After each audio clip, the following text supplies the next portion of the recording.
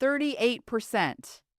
That's how much faster verbal memory declines after retirement compared to before it, according to the Whitehall II cohort study, one of the longest-running health studies in the world. Not 38% total, 38% faster. The rate of decline accelerates the moment a person stops working. Sit with that for a second. Because most people assume the opposite. Most people believe that retirement is when the brain finally gets a break. That stress is what causes memory problems. That rest is what the brain has been waiting for all along. The data says something very different. And what the data says matters because millions of people right now are planning retirements based on the idea that stepping away will protect their health. Some of them are right. Some of them are about to make the most consequential mistake of their cognitive lives. This video is about the difference between the two. I've sat across from patients who passed every memory test on my chart: sharp, oriented, impressive recall. And I've watched some of those same patients return 2 years later with something unmistakably different in their eyes. Not dementia, not yet, but a certain fogginess that hadn't been there before. Almost every time when I asked what had changed in their life, the answer wasn't a diagnosis. It wasn't a medication. It wasn't a new illness. It was a retirement date. What I'm going to tell you today is something that rarely comes up in a standard checkup, because most appointments aren't long enough for this conversation. But it is a conversation that can genuinely change the trajectory of how your brain ages. Here's what you need to understand first about your brain after 60. Your brain runs on a chemical called BDNF, brain-derived neurotrophic factor. You can think of it as fertilizer for your neurons. It keeps existing brain cells healthy, builds new connections between them, and it is the primary reason that learning something new actually changes your brain structure. BDNF is not optional. It is the difference between a brain that adapts and a brain that slowly hardens into whatever patterns it already has. The problem is this: BDNF levels decline naturally with age. By the time you're in your 60s and 70s, your brain is producing considerably less of it than it did at 40. That's a biological fact, and it is one of the core reasons why memory consolidation, locking new information into long-term storage, becomes harder as we age. But here's the part that most people don't know. BDNF is not fixed. It is not simply determined by your age. It responds directly to what you do. Physical movement raises it. Learning new things raises it. Social complexity, navigating different people, different conversations, different demands, raises it significantly. And removing those things abruptly, all at once, on a single day in June when you hand back your badge and walk out the door for the last time, drops it. A study published in Neurology from the Rush Memory and Aging Project followed 535 older adults and found that those with the highest BDNF expression had cognitive decline that was approximately 50% slower, even when Alzheimer's pathology was already present in their brain tissue. 50%. That is not a small number. That is the difference between a person who struggles to remember their grandchildren's names at 78 and a person who is still writing letters and telling stories at 84. BDNF is the central villain here, and retirement, depending on how it unfolds, can be one of the fastest ways to starve it. Everything I'm about to walk you through, 5 specific things that happen to the brain when retirement goes wrong, connects back to this one mechanism: BDNF starvation. Not all at once, not dramatically, quietly over months, the brain loses the stimulation it needs to keep producing this critical protein. The hippocampus, the part of your brain that forms new memories, begins to physically shrink. Not because you got older on your birthday, because the conditions that kept it healthy are gone. This is why retirement predicts memory loss in a way that age alone does not. Age is just a number. What you do with your days is the variable that determines what happens inside your brain. Let's go through exactly how it happens. There is something that happens inside your prefrontal cortex, the front part of your brain responsible for planning, focus, and problem solving when you have a deadline. It activates deeply. It produces norepinephrine, a neurochemical that sharpens attention and drives neural connections to form more efficiently. Deadline thinking is not just psychological pressure. It is a biological state that keeps your cognitive machinery working at high capacity. When you retire, deadlines disappear, not gradually completely. The meeting at 9 no longer exists. The report due Friday no longer exists. The client call on Tuesday no longer exists. Most people consider this the whole point. But here's what you likely don't know. The brain doesn't experience the absence of deadlines as peace. It experiences it as a reduction in demand. And the brain is ruthlessly efficient. It does not maintain infrastructure it isn't using. Neural pathways that were exercised daily by planning, prioritizing, and problem-solving under time pressure begin to weaken. The MIDAS study, a 9-year longitudinal study of middle-aged and older American adults, found that the cognitive risk of retirement was highest in those who stopped cognitively demanding activity without replacing it. The brain doesn't care what the demand is, it cares that the demand exists. The fix is not complicated. You need a deadline. It doesn't have to be a work deadline, a class, a volunteer commitment with a schedule, a creative project with a real exhibition date, a book club that meets on a specific Thursday. The brain needs to feel that something is required of it by a certain time for a reason that matters. Think about how many people you interact with in a given workday. Not just people you like, people whose intentions you have to read, whose emotions you have to manage, whose requests you have to navigate. This is called social complexity, and your brain is doing extraordinary work to handle it in real time every day. The prefrontal cortex processes social cues. The hippocampus stores the context of who each person is and how previous interactions went. The amygdala monitors emotional tone. Maintaining a professional social environment exercises multiple brain systems simultaneously in ways that watching television simply does not. When you retire, social complexity often collapses dramatically from dozens of interactions across many different relationships to a much smaller, more familiar circle. The research from Binghamton University, published through the Isa Institute of Labor Economics, found that withdrawal from social engagement was one of the primary drivers of cognitive decline after retirement, and that this effect was stronger than the cognitive impact of stopping the work itself. The neurons that maintained your social brain don't disappear, but they stop getting the workout they need. The fix here requires intention, not seeing the same two people every day, but deliberately seeking out new social contexts. A class where you don't know anyone yet, a volunteer position where the relationships are still being built, a group organized around a shared goal rather than shared history. Your brain needs to work to understand people, not just enjoy them. This one surprises people. Your brain has a waste clearance system called the glymphatic system. It operates primarily at night, during deep sleep, flushing out the toxic proteins that accumulate during the day, including amyloid beta, the protein associated with Alzheimer's disease. But here's what most people don't realize. The glymphatic system works best when your sleep-wake cycle is consistent and anchored. Your brain clears waste most efficiently when it knows, predictably, when sleep is coming. When retirement removes the structure of a workday, sleep patterns often shift. People stay up later, wake up later, take longer naps at irregular hours. Sleep becomes less anchored, less consistent.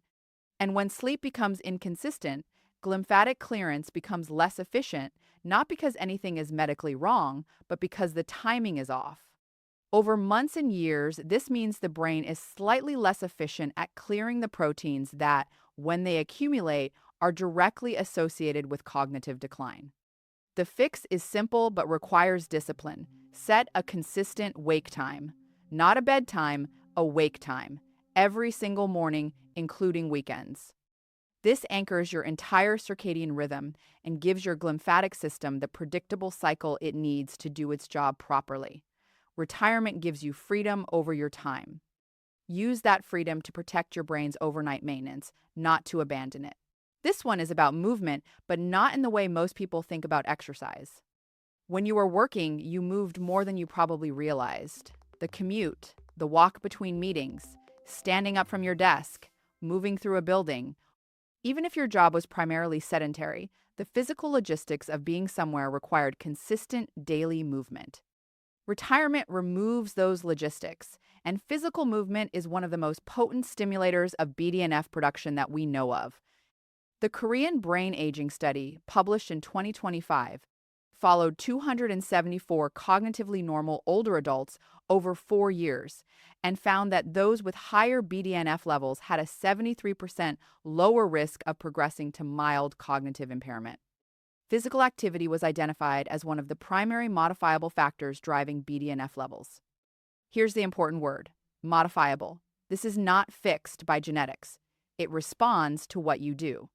The specific form of movement that most powerfully raises BDNF is aerobic activity, the kind that elevates your heart rate. Zone 2 cardio, meaning a pace where you can still hold a conversation but you feel your breathing deepen. 30 minutes, 4 times per week. That is the threshold at which the research shows consistent, measurable effects on BDNF and hippocampal volume. Not weightlifting, not stretching.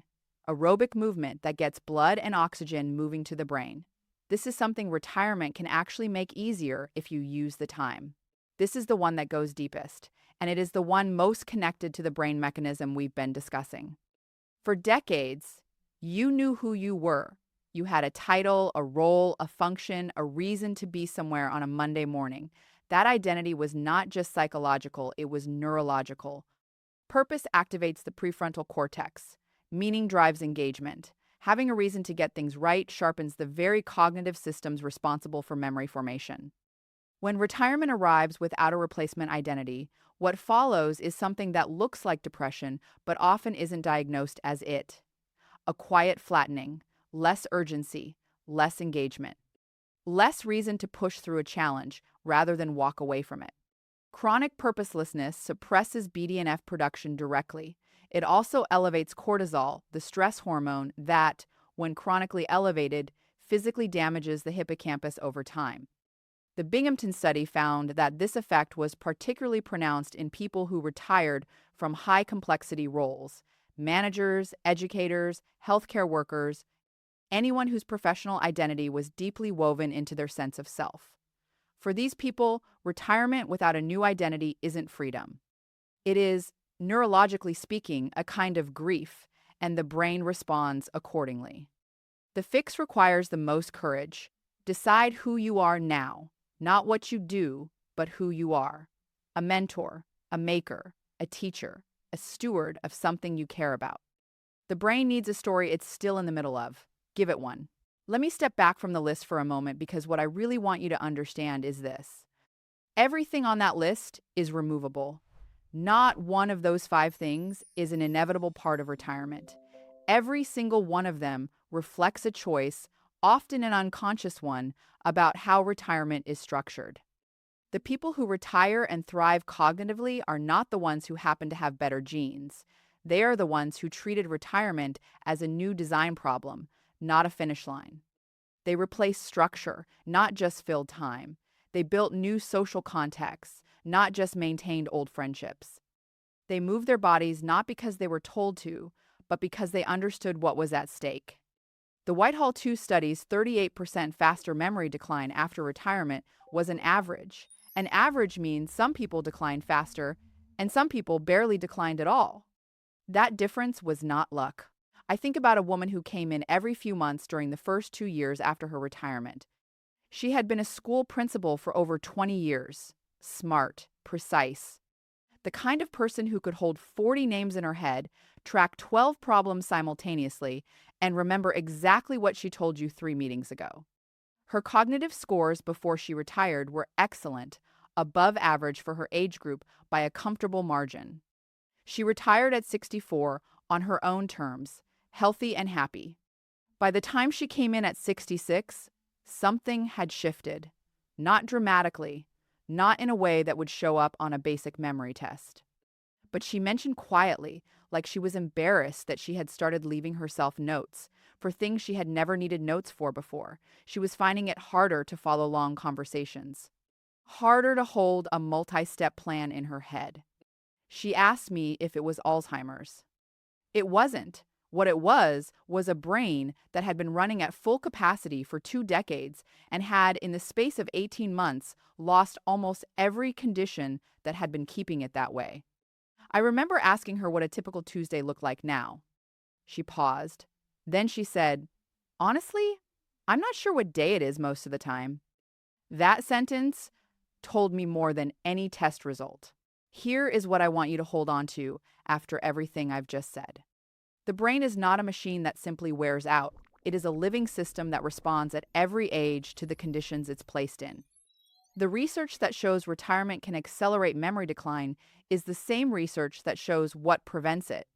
The Rush Memory and Aging Project didn't just show that BDNF slows cognitive decline, it showed that BDNF is modifiable. Exercise raises it, learning raises it, social engagement raises it, purpose raises it.